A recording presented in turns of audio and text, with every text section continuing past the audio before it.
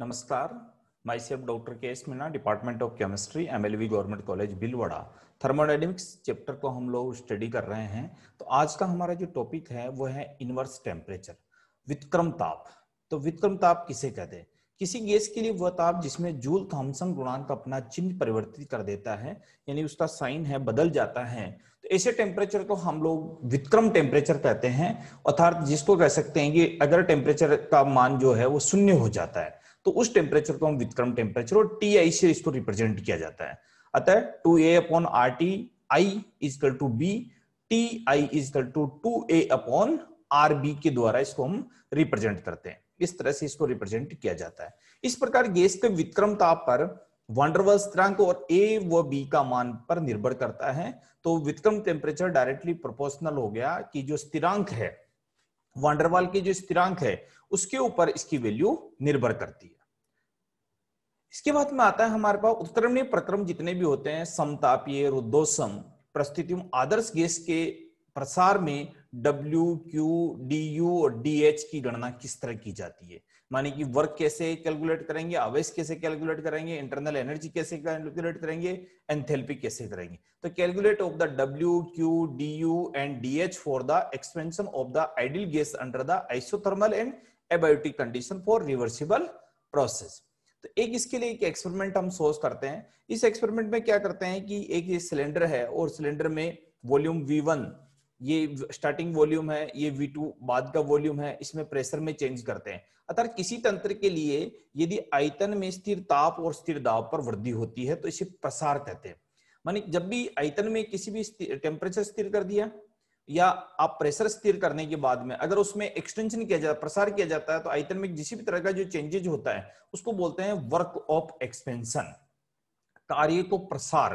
माने कार्य के विरुद्ध किया गया, माने बल के विरुद्ध किया गया कार्य। सामान्यतः ठोस और द्रव अवस्था में गैस की तुलना में प्रसार की संभावना अत्यधिक कम होती है, परंतु गैसीय अवस्था में तंत्र दाब के विरुद्ध प्रसार कार्य करता है, मानी दाब कार्य करता है। अतः दाब, इसे दाब आयतन कार्य भी कहते हैं, यानी कि गैसीय अवस्था में इसका सबसे अधिक प्रभाव होता है। उदाहरण के लिए गैस से भरे हुए सिलेंडर में घर्षण रहित पिस्टल, मानी कि उसमें घर्षण बल कम से कम होना चाहिए। पिस्टल के सिलेंडर की एक कल्पना करते हैं, ऐसा मिलता नहीं है लेकिन इमेजिंग है, जिस पर बराईदार पील लग रहा है। गैस का आयतन बढ़ाकर कुछ आयतन में परिवर्तन करते हैं जब गैस का दाब बराई दाब से अधिक हो जाता है। अतः दोनों दाब बराबर हो जाएंगे तो पिस्टल स्थिर हो जाएगा। माने ये पिस्टल ऊपर नीचे हो गया, जैसे दाब स्थिर हो जाए पिस्टल एक जगह आकर के रुक जाएगा। इस प्रक्रम के दाब आयतन कार्य की गणना हम निम्न प्रकार कर सकते हैं। तो माने कि पिस्टल का क्षेत्रफल A है और दाब प्रति इकाई बल F लग रहा है, तो P इक्वल टू F/A। तो F इक्वल टू PA। यदि गैस का अनंत सूक्ष्म प्रसार के लिए किया गया कार्य DW है, मानी अल्प कार्य की अगर गणना करते हैं DW है, तो इसके फलस्वरूप पिस्टल में अत्यंत सूक्ष्म स्थानांतरण जिसको रिप्रेजेंट करते हैं D1, जिसको रिप्रेजेंट करते हैं, इतना सा इसमें चेंज होता है। तो DW इक्वल टू बल और बल की दिशा में किया गया कार्य, तो या बल के विरुद्ध किया गया कार्य, तो DW equal to F minus DL में कितना चेंज होता है। तो A इसमें DW इक्वल टू FA/ADL, उसका A माना हमने इसलिए ले लिया। DW इक्वल टू PV, मानी प्रेशर और वॉल्यूम में चेंज। यहां पर DV गैस के आयतन में अनंत सूक्ष्म वृद्धि है।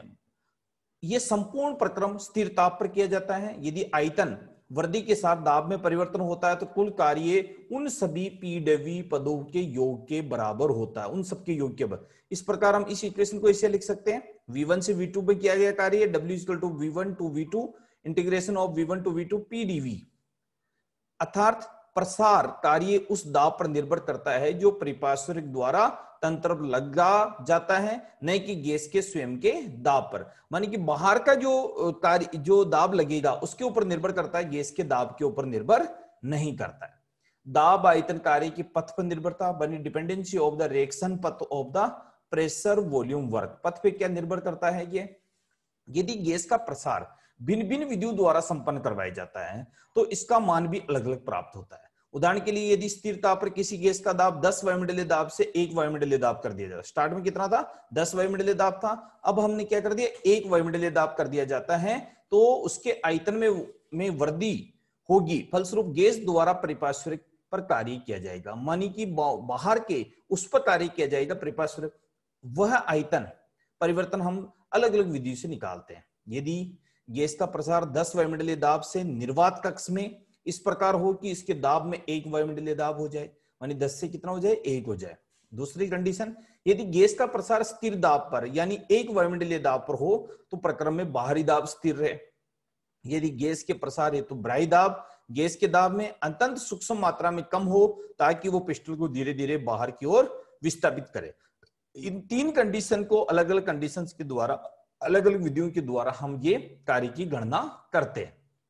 पहली विधि देखते हैं। क्योंकि इस विधि में प्रसार हेतु निर्वात कक्ष का प्रयोग हो रहा है, अतः इस परिस्थिति में बाहरी दाब P का मान क्या होगा, 0 होगा और गैस द्वारा परिपार्श्विक पर कोई भी कार्य संपन्न नहीं होगा। अतः हम इसको इस तरह लिख सकते हैं, W = V2, V1 से V2 = 0 मल्टीप्लाई बाय 0, मतलब टोटल कार्य क्या हो गया, ये V1 से V2 है तो 0 मल्टीप्लाई बाय, तो टोटल कार्य क्या हो गया, 0 होगा। अतः निर्वातित कक्ष में प्रसार कार्य कैसा होगा, 0 होगा। जब निर्वात की कंडीशन अगर किसी गैस के लिए हम एडॉप्ट करेंगे तो उस समय इसकी वैल्यू क्या होगी, 0 होगी। दूसरी विधि देखते हैं। इस विधि में बाहरी दाब स्थिर है, बाहर का दाब तो हमने स्थिर कर दिया, तो इसको W = P V2 - V1, तो W = 1 वायुमंडलीय दाब RT/1 वायुमंडलीय दाब -RT/10 वायुमंडलीय दाब। वायुमंडलीय दाब 1 से 10 के बीच में हो रहा है, इसलिए W = 9/10 RT, 9/10 RT। तो ये इसकी कार्य की गणना इस विधि के द्वारा, जब बाहरी दाब स्थिर होगा तो ये W हमें प्राप्त होगा, W की वैल्यू प्राप्त होगी 9/10 RT के बराबर होगी। तीसरी विधि देखते हैं। क्योंकि इस विधि में बाहरी दाब गैस के दाब से अत्यंत सूक्ष्म मात्रा में कम रहता है, तो आदर्श गैस समीकरण W = V1 से V2 RT/V dV, PV = RT होता है, तो इसको लिख दिया RT/V, तो P = RT/V, तो यहां क्या लिख दूंगा मैं, RT natural log of V2/V1, तो RT natural log of V किसके बराबर होता है, प्रेशर P1/P2, उल्टा होता है तो P1/P2, अतः RT natural log 10/1 = RT natural log of 10। इसमें इसके द्वारा, ये थर्ड मेथड के द्वारा तीसरी जो कंडीशन हमारा, उसके लिए वर्क की गणना की जाएगी। इस प्रकार प्रसार कार्य छोटे छोटे पदों में संपन्न करवाया जाए थर्ड मेथड की, यानी कि बाहरी दाब को अत्यंत सूक्ष्म मात्रा में परिवर्तित करे ताकि तंत्र अत्यंत सूक्ष्म समय के लिए अपनी साम्य अवस्था से विचलित हो, तो प्रक्रम को उत्क्रमणीय प्रक्रम कहते हैं। इस प्रक्रम को हम देखते हैं कि रेखांकित भाग में ये इस तरह का, जो इस द्वारा देख रहे हैं कि ये तो स्थिर दाब पर हो गया और बदले हुए दाब पर, माने दाब में चेंज करने के बाद इस कार्य को दर्शाता है कि बाहरी दाब निरंतर बदलता रहता है। इसे देखकर स्पष्ट हो जाता है कि इस प्रक्रम में अधिकतम कार्य संपन्न करवाया जा सकता है, यानी स्थिर दाब पर कार्य की वैल्यू कम होगी और दाब बढ़ाने पर, दाब बदलने पर कार्य की वैल्यू बदल जाएगी। अतः उत्क्रमणीय प्रक्रम, क्योंकि रिवर्सिबल प्रोसेस है, में संपन्न हुए अधिकतम कार्य को इस प्रकार करते हैं, W रिवर्सिबल = W मैक्सिमम, मानी रिवर्सिबल प्रोसेस में किया गया कार्य अधिकतम कार्य के बराबर होता है। तो V1 से V2, यानी V1 इनिशियल से फाइनल, या VI से VF कर दो तो P dV। तो प्रारंभिक अवस्था में आयतन और अंतिम अवस्था में आयतन की बात करें तो W maximum = VI VF nRT/V dV। आदर्श गैस समीकरण के लिए क्या होता है, P होता है RT/V, तो nRT/VI से integration of initial to final stage dV/V, तो nRT नेचुरल लॉग VI/VF, तो W maximum = 2.303 nRT log of V initial to V final, मानी कह सकते हैं कि जो आयतन में जो परिवर्तन हुआ उसकी वैल्यू यहां आ जाएगी। तो W maximum = 2.303 RT log of PI to PF, मानी PI इनिशियल प्रेशर और फाइनल प्रेशर के द्वारा, क्योंकि स्थिरता पर P प्रोपोर्शनल टू V होता है, तो ये इसकी जगह ये वैल्यू पुटअप कर दी हमने, तो वैल्यू पुटअप करने पर इस इक्वेशन को हम रिप्रेजेंट कर सकते हैं। तो इसी तरह की ये जो गणना कर रहे हैं, इसमें अगर ये तो बात हमने इस बारे में बात की, अगर हमारा जो आइसोथर्मल प्रोसेस हो, तो आइसोथर्मल प्रोसेस की जैसे बात करेंगे, किसी समतापीय प्रकरण में dt का मान 0 होता है, तो उष्मागति की प्रथम नियम से du equal to q minus डब्ल्यू इक्वल टू 0, तो Q बराबर क्या हो गया, 0 हो गया। किसी आदर्श गैस के लिए स्थिर ताप पर PV का मान स्थिर होता है, तो PV इक्वल टू क्या हो गया, 0 हो गया। अतः किसी तंत्र के लिए एंथैल्पी परिवर्तन डेल्टा H की वैल्यू भी क्या हो जाएगी, 0 हो जाएगी। इस प्रकार रुद्धोष्म परिस्थितियों में, एबायोटिक कंडीशंस में आदर्श गैस का प्रसार, उत्क्रमणीय प्रसार उष्मागति के प्रथम नियम के अनुसार इस तरह रिप्रेजेंट करेंगे हम, dq इक्वल टू इंटीग्रेशन, मानी इसको बोलेंगे आंशिक अवकलन, समीकरण इसके लिए लिख रहे हैं du upon dt at constant volume with respect to dt plus du upon dt with constant temperature with respect to dv plus pdv। क्योंकि रुद्धोष्म परिस्थितियों में हो रहा है, अतः du upon dv t equal to क्या होता है, 0 होता है। अर्थात इसकी वैल्यू तो इसके द्वारा प्रेजेंट करते हैं, cv के द्वारा रिप्रेजेंट करते हैं, तो 0 equal to cv dt plus 0 plus pdv, यानी pdv equal to minus cv dt के द्वारा इसको हम रिप्रेजेंट कर सकते हैं।